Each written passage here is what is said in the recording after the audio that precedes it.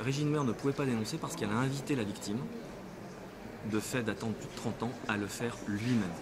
Cet homme avait plus de 40 ans lorsqu'il est venu la voir, et elle l'a invité à déposer plainte.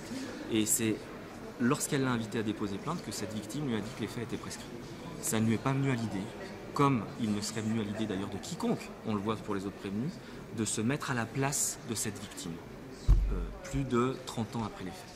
Voilà. Mais si elle avait parlé, Régine Mère, en 2011, quand Laurent Duverger l'interpelle à ce sujet, est-ce que les choses auraient pu être différentes, notamment pour bon nombre de victimes? Alors la situation de M. Duverger est éminemment différente, puisque l'information reçue par Mme Mère le concernant est totalement superficielle. Elle ne sait même pas de qui on parle, qui est l'auteur. Elle ne connaît pas le détail des faits et par voie de conséquence, la rencontre avec M. Duverger a pour seul but de lui permettre de transférer le nom de quelqu'un au diocèse, d'un prêtre, pour qu'il la rencontre. Voilà. En 2014, elle ne se sent pas responsable ou participatrice de ce silence de l'Église sur le cas Bernard Prénat. Mais comment le pourrait-elle? Le silence de l'Église est d'abord le silence des parents.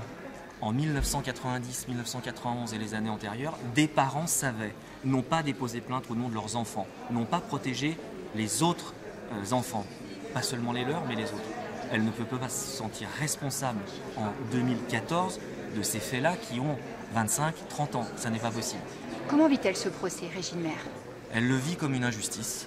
Elle le vit comme une mise en cause qui est à la fois le paroxysme où elle a pu s'exprimer, où par mon intermédiaire elle s'est exprimée, mais comme quelque chose de profondément, à son égard, injuste. Car, rappelons-le, elle est une bénévole du diocèse lorsqu'elle est mise en cause. Elle n'a pas de responsabilité, de pouvoir de décision dans ce diocèse, évidemment. Et comment pourrait-elle en avoir? Non, mais juste le devoir d'alerte, quoi. Ça n'est pas elle qui va décider d'appuyer sur un bouton pour faire en sorte que M. Prénat ne soit pas là. Ça n'est pas son rôle. Et elle a d'autant moins de devoir d'alerte que le cardinal est informé, ça n'est pas contesté. Et Mme Mère a évidemment transmis l'ensemble de ces informations à Monseigneur Barbarin.